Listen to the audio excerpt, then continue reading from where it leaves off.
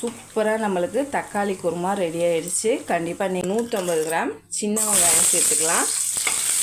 தக்காளி, அரை ஸ்பூன் சோம்பு, அரை ஸ்பூன் கசகசா, ஒரு 5 முந்திரி, ஒரு பச்சை மிளகாய், கருவேப்பிலை, 3 ஸ்பூன் எண்ணெய் ஊற்றிருக்கேன். எண்ணெய் ஒரு பிரிஞ்சி இலையை பிச்சு போட்டிருக்கேன். அரை ஸ்பூன் சோம்பு, 2 பட்டை, ஒரு 5 லவங்கம் போட்டிருக்கேன், 2 பச்சை மிளகாய், கொஞ்சம் கருவேப்பிலை, ஒரே ஒரு பெரிய வெங்காயம். இப்போ 1 ஸ்பூன் இஞ்சி பூண்டு விழுது, ஒரு தக்காளி, 1 ஸ்பூன் உடச்சக்கடலை, 1/4 மூடி தேங்காய். இதை வந்து இப்போ நம்ம நைஸாக அரைச்சிக்கணும். உப்பு சேர்த்துக்கோங்க, தண்ணி ஊற்றிக்கலாம். அரைச்ச விழுதை சேர்த்துக்கலாம். அரை மிளகாத்தூள் போடுறேன், அளவுக்கு இருந்தால் போதும். பாருங்கள், நல்லா எண்ணெய் பிரிஞ்சு வந்துடுச்சு. நம்மளுக்கு சாதத்துக்கு ஊற்றி சாப்பிட்டா கொஞ்சம் லெமன் பிழிஞ்சு ஊற்றிக்கோங்க.